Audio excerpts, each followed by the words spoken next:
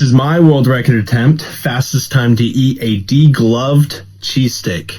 Here we go. All right.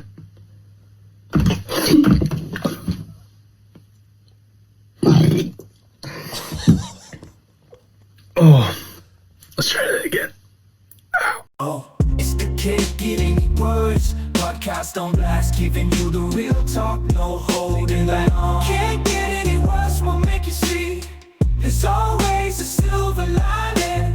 We'll set you free, so join the movement. Let's change the game with the Can't Get Any Worse podcast. What's going on, everyone? Welcome back to the Can't Get Any Worse podcast. How are we all today? I hope we're all well. Guys, straight off the bat, I'm feeling a lot better this week. We've got a lot of news and gossip going on this week in the grand old world of Jimmy Missing. But before we do break all that down, let's see what the fuck this opening clip was all on about. My God, what is this guy even attempting? This is my world record attempt. Fastest time to eat a degloved cheese steak. Here we go. All right.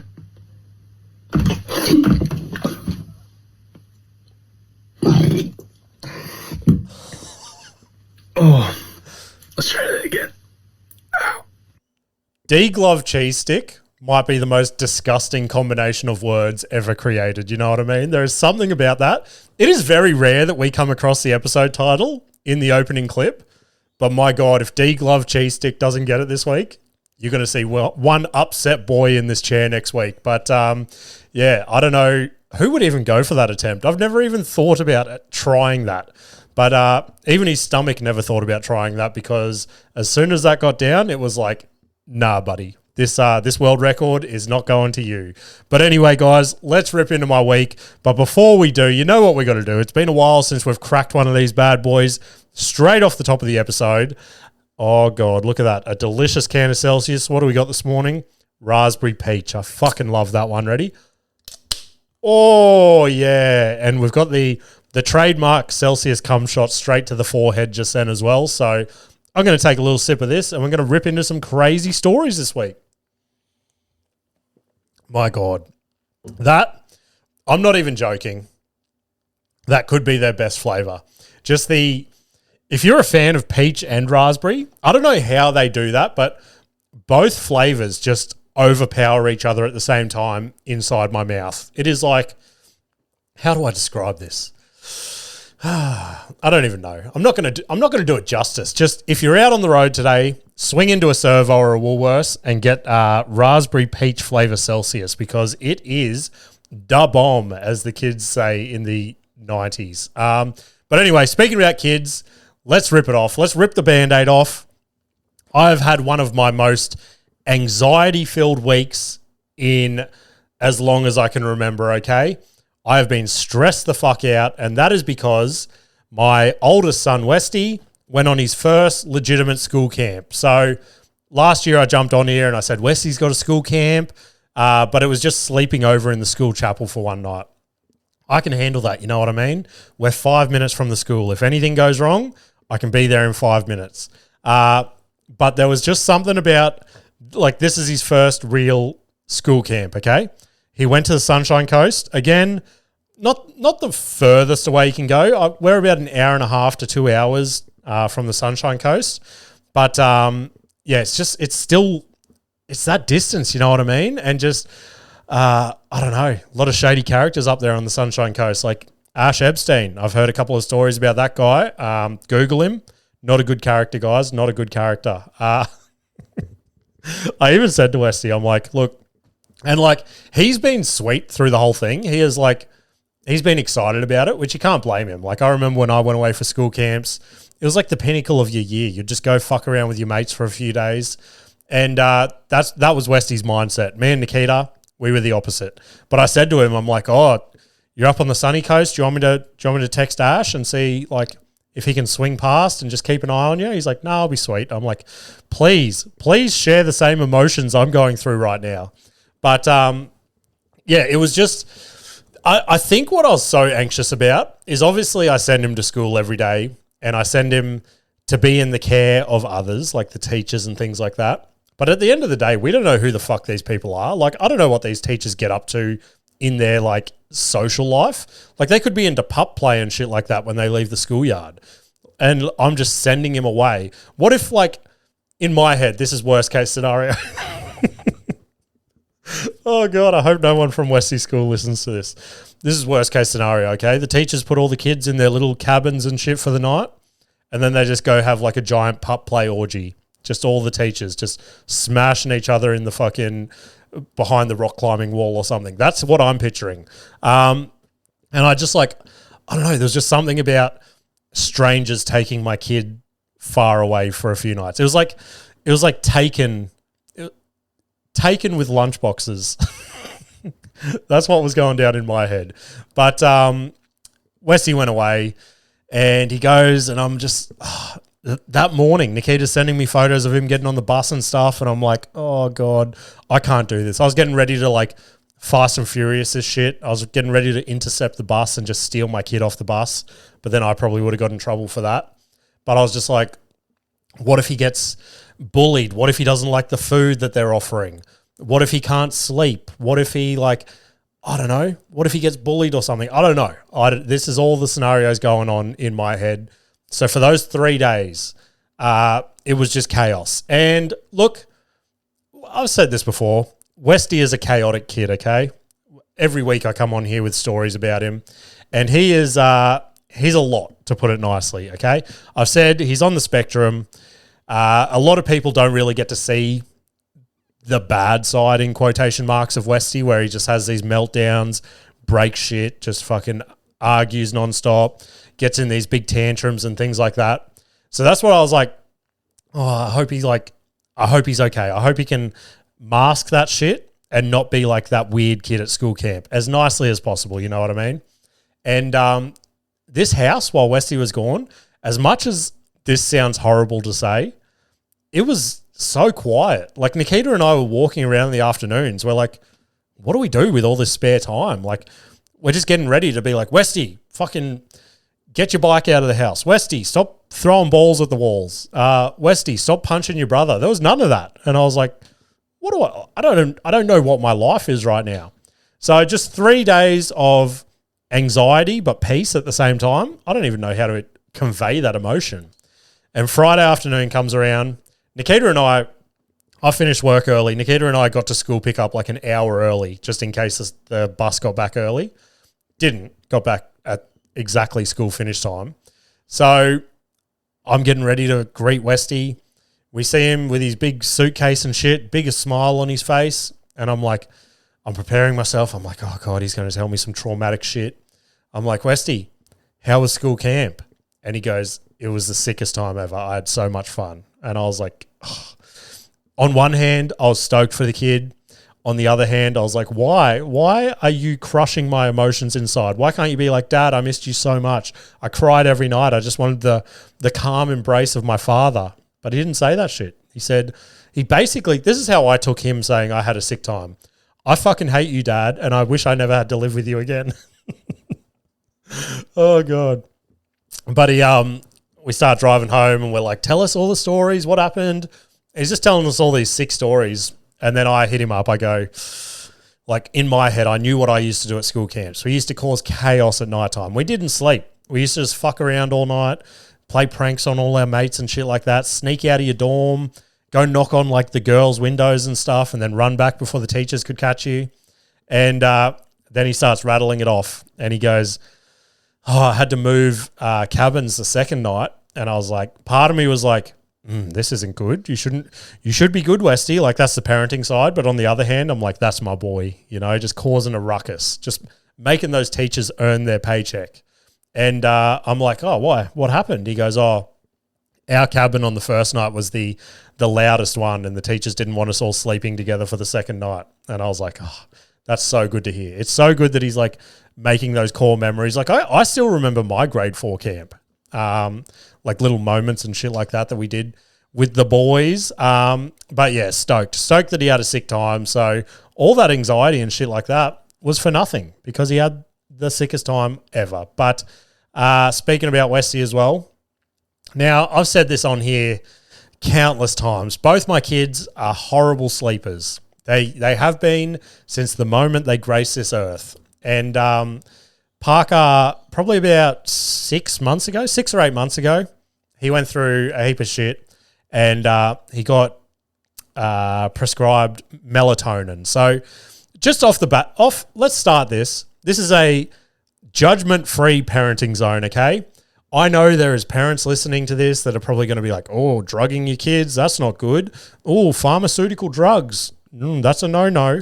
And we're going to break down the Australian medical system coming up before we get to my week in comedy, because we have some big news coming up. Well, at least for me, I'm quietly stoked for this. Anyway, Parker got prescribed melatonin, and it's fucking more or less fixed him. We dose him up about an hour before bed, and he used to stay up till like 10, 11 o'clock every night. And Nikita and I were getting no sleep off the back of that as well. And now he crashes about 8:30, 9 o'clock, which I get still probably late for a 5-year-old, but it's way better than he was, and he just sleeps through the whole night now. So that's been sick, but Westy is still a horrendous sleeper. So about 3 weeks ago, it was just Westy was getting to the point where he was waking up every hour, he was going to bed late, and he was just waking up like cranky because he had a shit sleep. So Nikita and I were like, okay, let's give him a little dose of Parker's shit. Again, judgment-free zone. Don't fucking judge me right now. I get you shouldn't like self-administer medication, but we were just, it was a trial. It was a trial medication, much like the vaccination a few years ago. Well, there goes the YouTube fucking algorithm. Now I'm just going to be funneled into the depths of YouTube for mentioning that. Anyway, we give it to him, and he has the best sleep he's had in years. So Nikita and I are like, okay, let's take him to the doctor, see what they can give him, see if we can get him on the same shit as Parker. So we take him there, and because of his age, they don't want to give him the liquid shit. They're like, oh, how do you go with tablets? And Nikita said, Westy just looked at the doctor. He goes, yeah, I'm sweet with tablets. This kid has never swallowed a tablet in his life. But the confidence level, the doctor's like, oh, okay, no issues then. Here's a prescription for tablets. So he comes home, and that night we get around to it, and we're like, Westy, time for your tablet. And it was like an hour and a half of just meltdown trying to swallow this tablet. He's dry reaching.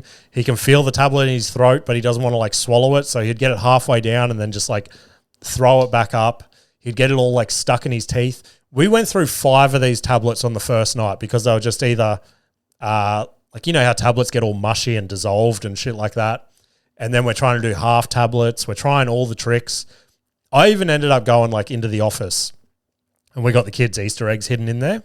And I cracked open one of the little bags of miniature Cadbury eggs, and I jammed a tablet in there, and I walk back out. I go, oh, Westy, let's have a break for half an hour. I go, here's a chocolate, have the chocolate, and we'll try again later. This kid has the chocolate. I think I've ruined chocolate for him now because he felt the tablet in the middle of the chocolate, and he started throwing the chocolate up, and I'm like, Jesus Christ. He looked like he was on an episode of Fear Factor or something with Joe Rogan back in the day. Just it was like I was making him eat bull testicles, but oh god. But yeah, Nikita does a bit of digging the second night, and she saw this little hack on one of her little mum Facebook groups where if you have soda water or like a fizzy drink, say lemonade or something, apparently there's something in the kid's brain where the bubbles distract them from the tablet. So straight away, second night comes around, I get a can of lemonade and a bottle of soda water. Westy starts with the soda water, puts the tablet on his tongue, has a sip, and straight away the tablet goes down. Holy shit. The energy and just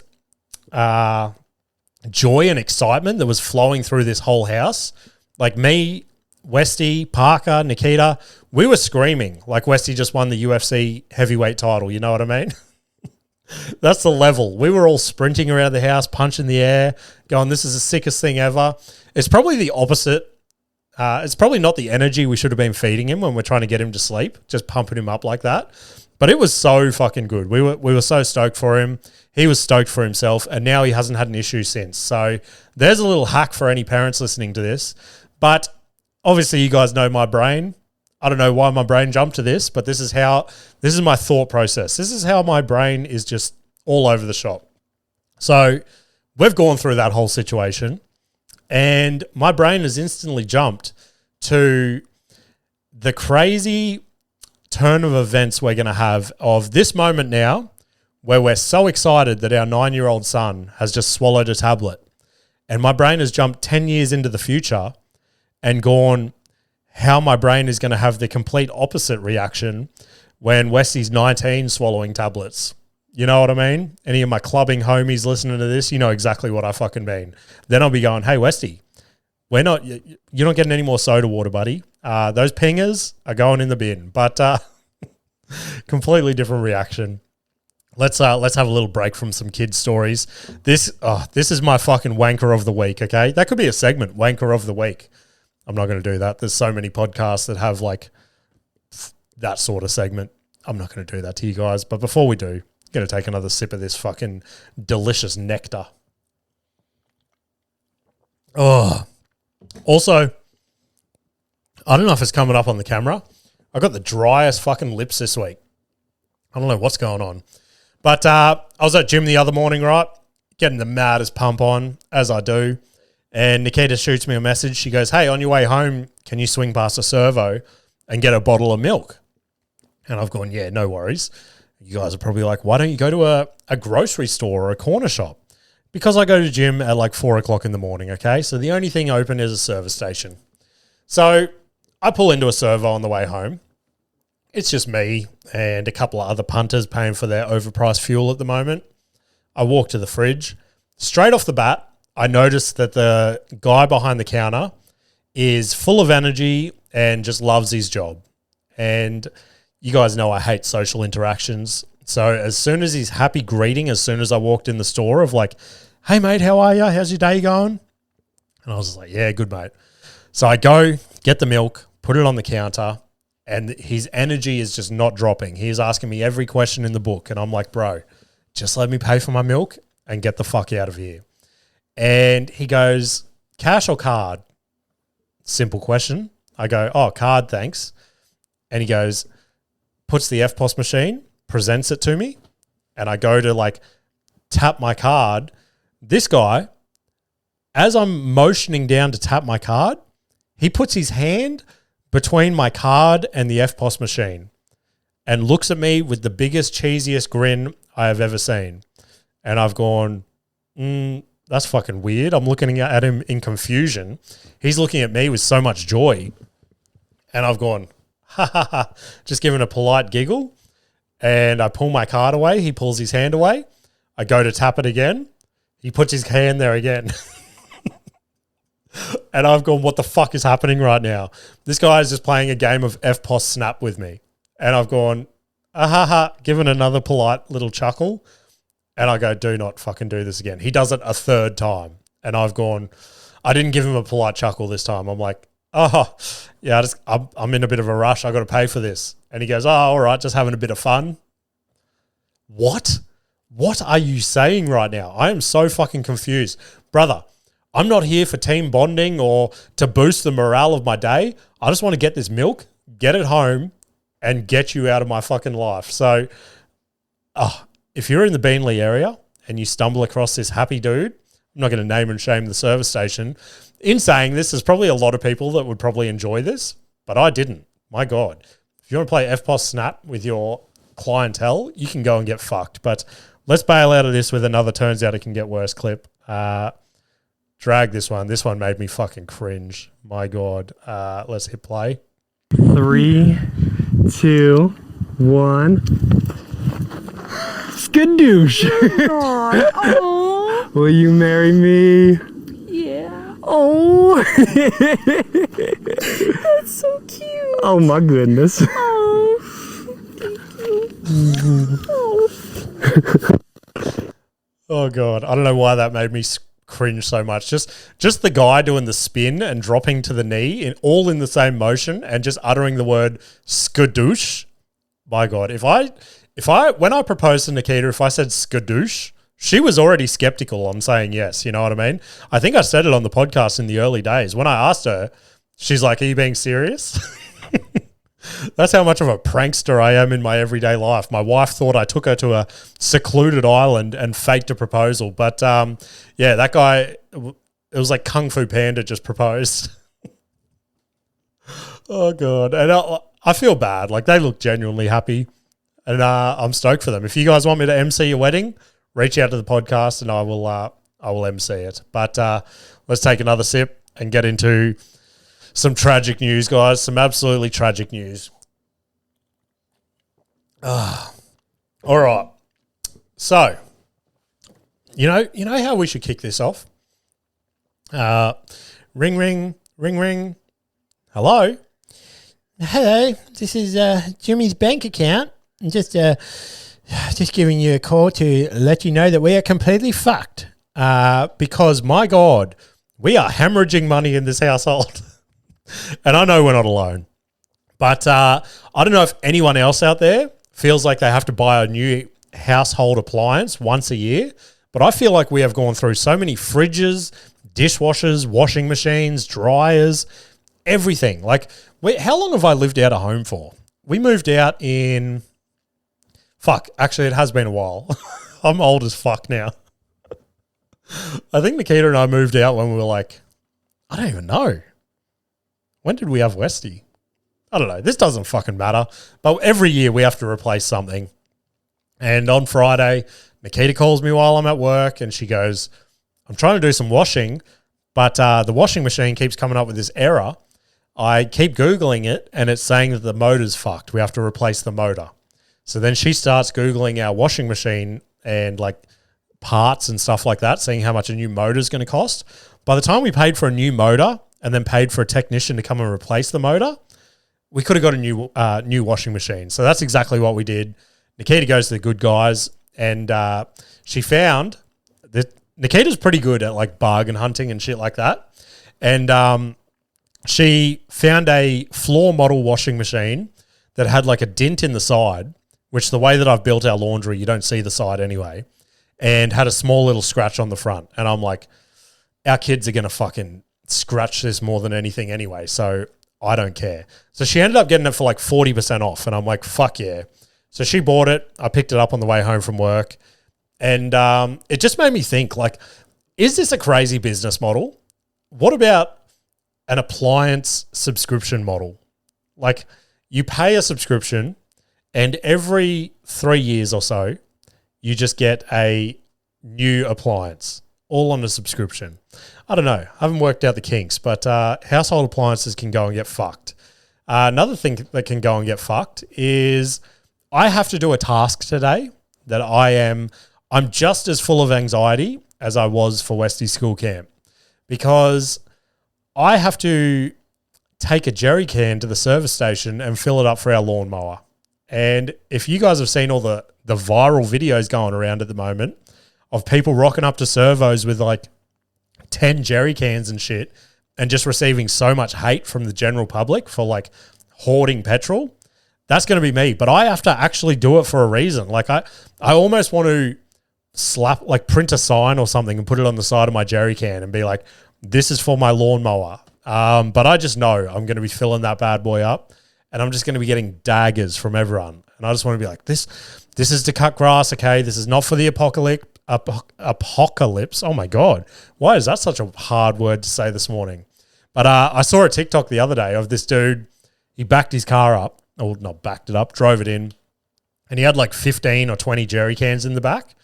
And people were just walking up to him, just hating on him so hard. And all up the side of his car was like, he runs a drift school. So obviously he does this like every week. He goes and fills it up. And he's just trying to explain this to people. He's like, oh, guys, I run a drift school.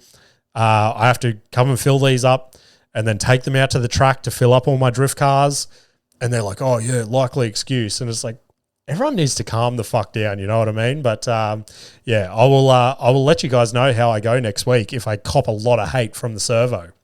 And then lastly, before we get into my week in comedy, this was the news that I was telling you guys about. And I don't know. I wasn't going to talk about this week. I was going to wait until it was in action. And I was like, you know what? I blast my life on this podcast 24/7. So why not let you guys know what is going on in my everyday life? So I'm going to have a sip of Celsius and we're going to rip right in. So I want to kick this off by saying a big fuck you to the Australian medical system. It just seems in this country that we have a lot of opinions and stigmas and things like that that got put in place in the 60s, 70s, 80s, things like that. And now people just don't want to adapt and explore new options, okay? Now, there are so many medical things out there these days that can genuinely help people in our society. But because of the opinions that politicians and just the general public have, they just don't want to acknowledge it. You know what I mean? Like a big thing, I am a big supporter of medicinal cannabis, okay? I don't think I've ever said this on the podcast, but about 2 or 3 years ago, when the anxiety and depression was peaking again, I was looking for options. The doctor had put me on every fucking medicine that they had, and I was just not enjoying what it did to my body, okay? And as I've said before, a lot of the things that I consume are American. So medicinal cannabis has been legal over there in most states for 10 years or so, maybe even longer now. I think when I was at high school, it was like all coming into play. And so I was like, fuck it, let's explore this option. And what it did for me was incredible, okay? Now, on the back of that, I only did it a handful of times. I was not using it how you were supposed to use it because of the Australian laws, I suppose you could say. People can go out and get completely fucking smashed on alcohol, wake up the next day and go driving. Because of the Australian driving laws, you cannot drive a vehicle for up to 4 days after smoking medicinal cannabis. Otherwise, you lose your license instantly. So because of that, something that was supposed to be helping my anxiety, I ended up getting more anxiety because I'm like, well, I can't have this. Otherwise, I can't go to work tomorrow or fucking whenever, even though you wake up and you feel completely normal the next day. So the few times that I did dabble in it, it completely fucking helped my anxiety and things like that. Like I'd smoke once a week and it would make me sweet for like, I don't know, a week to a week and a half. And then I'd do it again. So it was like, it was doing everything that I wanted the medication the doctors were prescribing me that was fucking my body. This natural plant was doing everything that I needed it to do. So I pretty much ended up having to can that because I'm like, I can't lose my license, lose my job, all that sort of shit. So, and there's like, people are probably going to message me and be like, oh, fucking, I do it all the time. I get that. But you guys know my luck. I would get caught at some point. So that's where this leads us to. Much like I just said, a lot of the stuff I consume is American. And over the last 5 years, I would say, a big thing that has piqued my interest is TRT, or testosterone replacement therapy. So a lot of people hear that and they just go, oh, it's just fucking steroids. Again, it is all a stigma that's been built up. It is not. So TRT, yes, it is a steroid, but it is not to get you fucking to Mr. Olympia status, okay? It is to get you in the range of what a normal male's testosterone level should be. Now, when you hit early 30s onwards, a man's testosterone starts to drop. Now, signs that you have low testosterone is literally everything that I've got. I go to gym every day. I eat, look, I don't have the cleanest diet, but I eat better than a lot of people. But I still just cannot budge any weight. I have crazy brain fog. I have anxiety, depression. If you Google low testosterone, I have every single symptom on there. Now, I said about a year ago, I came on here and I said, I went to the doctor for all this shit. Again, he just wanted to prescribe me a heap of stuff. I had to twist his arm to tick the little box to check my testosterone levels. And he goes, no, you don't need that. There's nothing wrong with you. And I go, look, does it cost anything to get that checked because I'll pay out of pocket. And he's like, no, it doesn't pay anything. It's all covered. And I go, okay, can you just tick the box and let's see what comes back? And he goes, oh, okay. Didn't even want to fucking acknowledge it. And the result came back and I had low testosterone. And I go, okay, well, that's showing I have low testosterone. He's like, oh, it was probably just an error in the testing. And I go, okay, so what do we do to check it again? And he goes, oh, here's another blood test. Go get it tested again. Go get it tested, comes back low again. And I've gone, okay, well, that's 2 back-to-back blood tests showing I have low testosterone. So the average male testosterone needs to sit within the levels of 10 to 33. Again, I'm learning what all that sort of shit means, but that's what a male's testosterone level should be within. Back then, the first test came back at 9 and the second one came back at about 8 or something. And I've gone, okay, I understand it's not, like it's just without the range, like just below the range. I'm like, but surely there's something we can do. And at that point, I was happy to explore. There's tablets you can take. There's creams and gels you can take. All that shit. I'm like, can we explore anything? He's like, oh, nah, I don't think you need it. And I'm like, what? Like, why? I genuinely asked him, I'm like, why don't you want to explore this option? And he's like, oh, it's just, I just don't think you need it. Now, much like I said about the medicinal cannabis, there is, I just feel like GPs in Australia need to explore other options. And the further that I've dug into it, there is like all this shit online that maybe they don't get as much kickback from all this, or when they do start to prescribe it, they start getting investigated a lot more. And I understand there's probably people out there that take advantage of the system, and there probably is like bodybuilders and shit that just go and get prescribed TRT and they take more than the average dose that they're supposed to. So over the last probably month or so, with the feeling that I've had, I've been pretty vocal on the podcast that I'm back in a slump again. And I was like, you know what? Let's go and get another test. Let's see where this all gets to. So this time I was like, fuck my GP. I'm not going to go through him. I'm just going to go completely out of pocket. And my God, is this an expensive exercise? But luckily, like I am the last person that goes to the doctor for absolutely anything. And like Nikita had to drag me to the doctor when I tore my meniscus. And I still like just pushed through that shit. Didn't get the surgery or anything like that they wanted me to.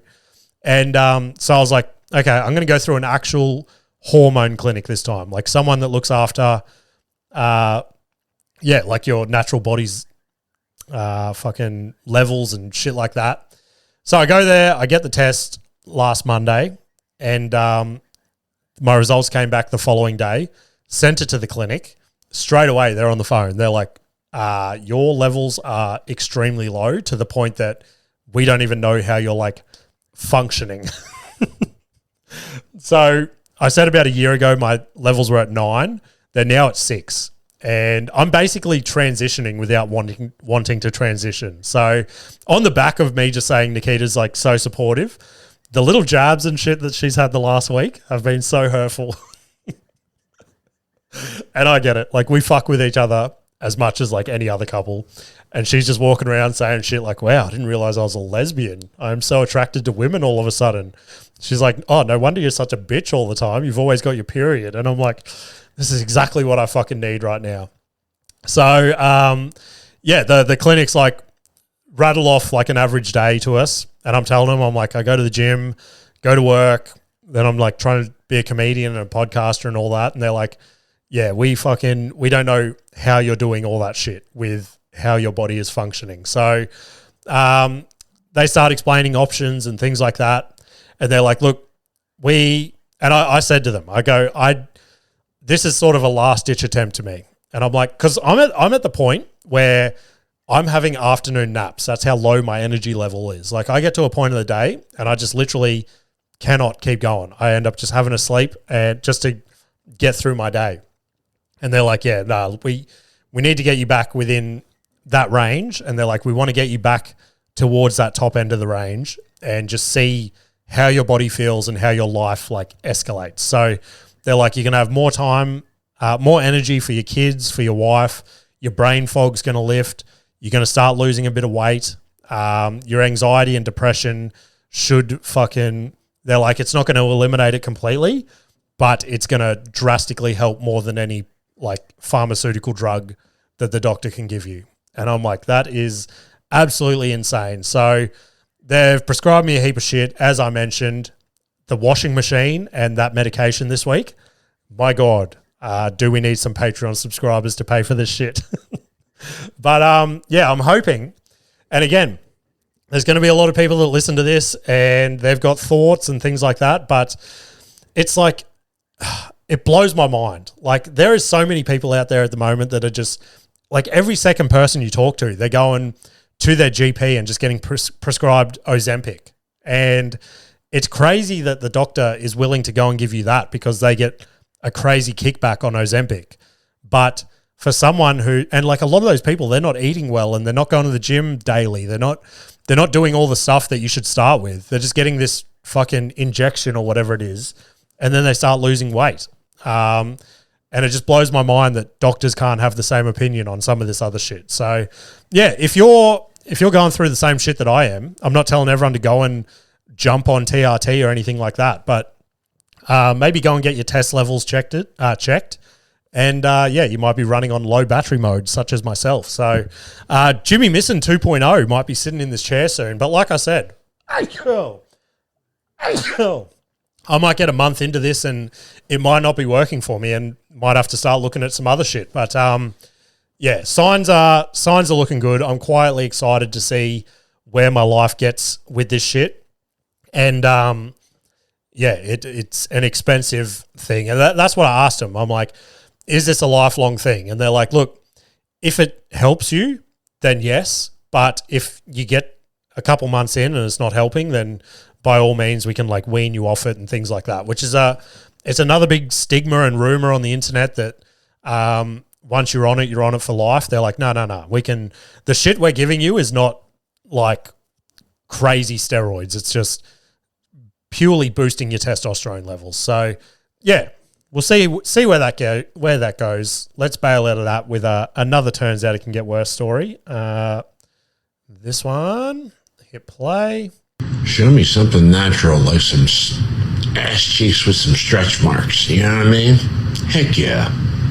Heck yeah. That's what we all need, guys. My body is no longer going to be natural. I'm no longer going to have a natural ass with stretch marks.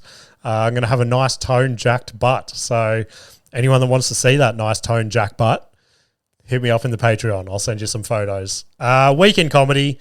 So I know I mentioned last week that I had no gigs. And like it always happens, the week that I have no gigs, I end up getting a bunch of gigs. So I ended up having 2 this week. Going to take another sip and we'll rip into them. All right. So first one, I'm at work on Tuesday. Phone rings, comes up, Sit Down Comedy Club, and I've gone, oh, what could this be? Maybe they're about to tell me how shit I did at the competition on Sunday. And it's the owner again, which is crazy. I might as well have him on speed dial at the moment. I haven't spoken to him since like I started comedy. And now over the last 2 weeks, I've spoken to him like 3 times. And I'm like, what is going on with my life right now? So he goes, look, just wanted to give you a call and say you absolutely crushed on Sunday night. And just wanted to double check you weren't down on yourself with it, like for not getting through, things like that. And I was like, no, I'm sweet. I'm like, the whole competition aspect doesn't really appeal to me. I'm like, it was just my 3rd and final time of Raw. I'm quietly stoked that it's out of my life. And he's like, yeah, I get it. He's like, I just wanted to let you know that you were sort of up there as one of the top contenders for the night. The judges loved your shit. It's been a while since I've actually seen one of your sets. So I was blown away with how far you've come since the last time I've seen you. I was like, sweet. And he goes, yeah, because of that, I want to start offering you Thursday nights at the club, which is their Mitzi's show. So Mitzi's has been one of my goals or sort of dream gigs that I've had up there, as once I start getting on there, like that's the pinnacle. They post their stories every week and I like see some of the acts and I'm like, I'm just sitting there scrolling going, how the fuck have they got a gig in the most polite way possible? And I can't crack this shit. And he goes, yeah, so this Thursday, you going to be there? And I'm like, yep, I'll be there, sure. Luckily, I had no gigs on this week. So I've built this thing up, my entire comedy journey, all week. I'm like, fuck yeah, I finally cracked it. This is going to be sick. And I walk in and I don't know. It was the opposite of what I'd built up in my head. Like there was maybe 20 people there. And as I said last week, Sit Down Comedy Club is a giant room. So 20 people in there. It felt relatively empty. And I was like, that's okay. It might be a good 20 people. And this crowd was just, they were dead. They were not up for anything. Like there was some absolute killers getting up there and getting nothing from the crowd. And I'm like, what is going on? Like this is it. This should be my I've made it moment. I'm like, I've built this gig up in my head to be the sickest gig of all time. And yeah, I was in the second bracket. So I'm just sitting backstage and I'm like, nah, maybe I can be the one that can crack them. Maybe I just need to, I need to go through my mantras, just need to fucking tell myself, just go up there, be undeniable. And I went up, did my gig, and yeah, didn't have a great set, I'll be honest. Like couple of laughs, but it was very, very tough. So yeah, I don't know. I don't know where to go off the back of that. It was a crazy sort of realization to have. Then on Saturday, about lunchtime, I get a message and another room runner. He goes, I've got a last minute spot at the Mount Gravatt Hotel tonight. Are you keen? And I was like, hit Nikita up. I'm like, are we doing anything tonight? She's like, nah, just chilling out. And I was like, can I go do a gig? She's like, yeah, sweet. I go, yep, I'll take it. Adds me to the group chat. I'm on last and I'm like, fuck. And the gig doesn't start till 8. So like I'll get on stage about 10 o'clock or so. That's way past my bedtime. So I get to the gig and there was probably like, I don't know, 30 to 40 people. And they were hot. And it's crazy. This is all I could think that whole time is like that gig that I just spoke about before that I'd pumped that up. And now I just go to like the Mount Gravatt Hotel for a generic comedy show and it's already blowing it out of the water. I'm like, what is going on right now? And I didn't realize this until I was at the gig that it was actually sold as a dark and dirty night. So I'm like, this is my crowd. They're going to fucking eat this shit up. Gig starts. Everybody's crushing. And there's this guy in the second row that has the craziest laugh ever. Like it is like a gasp for air. Like I don't even know how to explain it. And it would just drag on for like 45 seconds. And I was like, what is going on? Everyone's acknowledging it, shit like that. But it was just, it was fucking with everyone's timing and pacing of their sets because you'd have to either talk over this guy's laugh because obviously the rest of the room wants to hear your set. And it just, it made it a bit of a weird night. So by the time I got on at about 10 o'clock, everyone was completely smashed, including this laughing dude.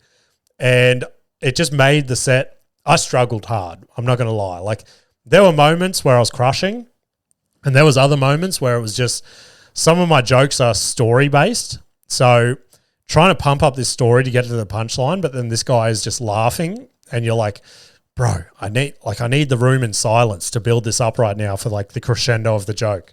And you're just fucking me right now. So when I got off stage or even on stage, I was thinking I just need to ditch my material and just acknowledge shit in the room, more or less just go on crowd work. And I don't know why I didn't do it. Like I guess I just bitched it. So yeah, that was a little bit of regret, but it wasn't like definitely not the worst gig. So I still had fun, but it just, I don't know. There was just a few things where I think I could have handled it differently. And then the kicker of the night. So a good friend, David Hatton, was on the podcast, was on the show. He is one of those guys that I've said I want to get on the podcast because I feel like it'll be one of the best episodes of all time.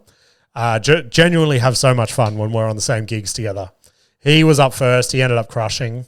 And the end of the gig, I'm up the back packing up my camera, and these two ladies come up. They're like, "You were the funniest guy of the night. Will you be back here again? We want to come and watch you again." And I'm like, "Yeah, I'm sure I'll be back at some point." And they're like, "Oh, we love that sushi train joke that you had." And I'm like, "Sushi train joke? I don't have a sushi train joke." And then it clicks. I'm like, oh, that's one of David's jokes. That is the worst compliment you could ever receive, to be dragged down to the depths of a David Hatton joke. I hope he fucking hears this. But yeah, fun week of comedy. Let's play another Turns Out It Can Get Worse clip, then get into some shit that I've watched this week. What is this guy? I fucking hate when people say, oh, you need glasses. You got a small dick.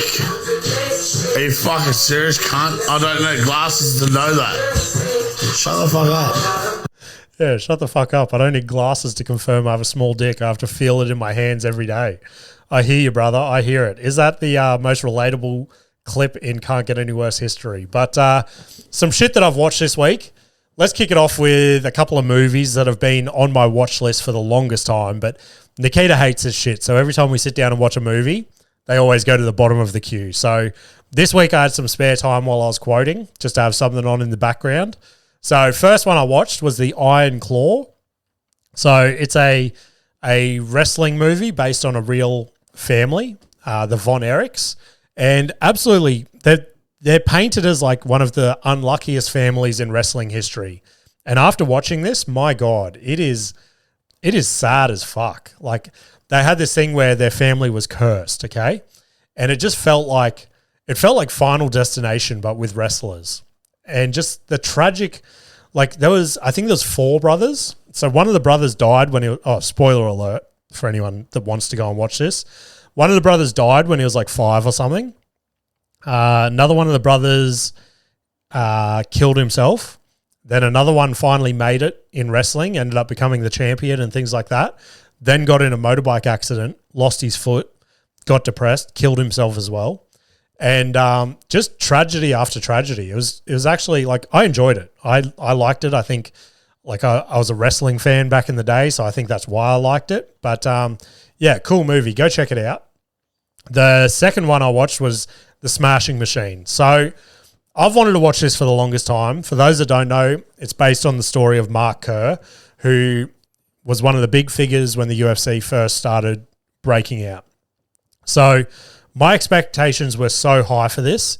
And from what I'd heard, it was a bit of a flop in the box office. It didn't do as well as what everyone thought.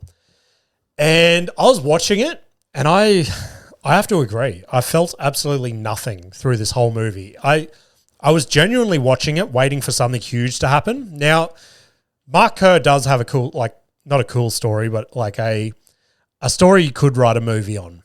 But as I'm watching it, I could think of like 10 other UFC fighters that have a crazier story than this that could have made such better of a movie. I was just watching the movie, just waiting for something to happen. And the shit that does happen, it's like, okay, yeah, that's like bad, but I don't know. Again, I don't know if you guys have seen it, but I just did not enjoy it. I don't know why. Like the only reason I did slightly enjoy it is because I'm a deviant UFC fan. So I was like, oh, this is kind of cool. But yeah, just fucking didn't tick any boxes for me. Something I've listened to this week, I was listening to We Mean Well this week, one of my favorite Australian podcasts. Shout out to Jarch and Lou. And they mentioned 360's album from back in the day, Utopia. Peak Aussie hip hop, okay? That is back when I thought Aussie hip hop was going to like break through and be something. I was obsessed with that album. So as soon as they mentioned it, I'm like, fuck it. I need to go back and listen to that. And it was, it's just banger after banger. It just took me straight back to like, when would that have come out? Like 2009, 2010 or something? But yeah, shout out to 360. That's such a good album. Then lastly, there was a free UFC event yesterday, and it was so good. This is like, it felt like a pay-per-view. Every fight on the main card was a stoppage, which was so good to see with the current like format of how the UFC is, where it's just seems to be struggling, if I'm being honest. But Terrence McKinney kicked it off. Impressive first round knockout. Holy shit. Vicious. Then we went to, there was another fight after that, which finished, I forget the fighter's name, so sorry about that, but brutal fucking flying knee knockout. Crazy. Then two of the, I don't know, I don't want to say greats, but two veterans of the sport, just two staples of the UFC. They both had their final fight together. So Michael Chiesa versus Nico Price. And look, Michael Chiesa, first round sub, stoked for him. But being that it was both of their last fights, I thought the UFC could have handled this so much differently. Like they had a package prepared for Michael Chiesa, gave him all the the airtime. So that was good to see. But they gave Nico Price nothing. They didn't even let him like give a farewell speech or anything like that. So I don't know. That rubbed me the wrong way a little bit. But yeah, it was cool to see Michael Chiesa go out with a win. Then, Jesus Christ, it has been a while since we have had a women's fight absolutely blow my mind. But we had Alexa Grasso versus Macy Barber. So Grasso was a champion maybe a year ago or so. Then she lost again to Valentina. And Macy Barber is one of those up-and-comers that I've had my eye on. I'm a huge Macy Barber fan, and I was hoping she was going to get the win. But Alexa Grasso, my God, she knocked Macy Barber the fuck out with a straight left. And then as soon as Macy hit the ground, Alexa Grasso was on her back just putting her in a chokehold while she was already knocked out. It was one of the scariest things I've seen in a long time. And it was in the women's division. I was like, holy shit, we do not see this every day. So shout out to Alexa Grasso. Then the main event, oh my God, this broke my fucking heart. I sort of thought this was going to happen, okay? When this fight got announced, Joe Piper versus Israel Adesanya, there are a lot of people messaging me going, Joe Piper's about to fucking die. But I've had my eye on Joe Piper since he got out of the Contender Series. And he's a scary dude in that division. He has serious knockout power. And it did scare me for Izzy. I'm not going to lie. Like I almost put a bet on, and I'm like, nah. Something in the back of my head just screams Joe Piper's got this. And Izzy looked good. Izzy looked vintage Izzy. He was like back to just that free-flowing motion that we know and love him for. And yeah, second round comes around, and Izzy said this leading up. He's like, I want to go in there, and I want it to feel like a fight. Like I want to feel something in the octagon again.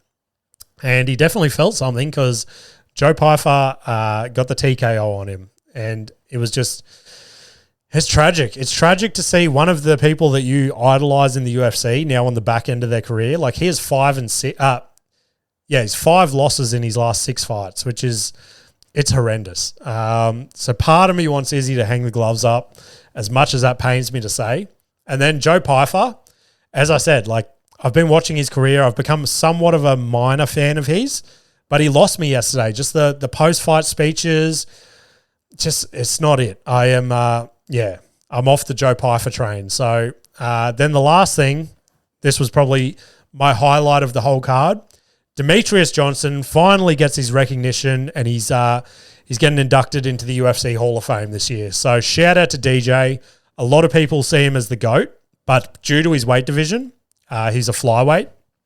People just shit on him because you want the GOAT to be a heavyweight or up there in the higher weight divisions. But you go and look at DJ's career, he has done it all. He is the longest reigning flyweight champ. He was the first flyweight champ. He's the champ in like 3 different organizations. Just done it all. And now he's got a huge podcast on the back of it. So yeah, shout out to DJ. Absolutely stoked for him. Lastly this week, guys, before we wrap up, I just want to jump on here and say, as we all predicted, the Patreon is dead. It'll go down as another failed Jimmy Misson business venture. Now, honest takes from it, it's been going for a month. We've got 5 subscribers in there. So shout out to you guys. I genuinely appreciate the 5 of you for jumping on there and backing me.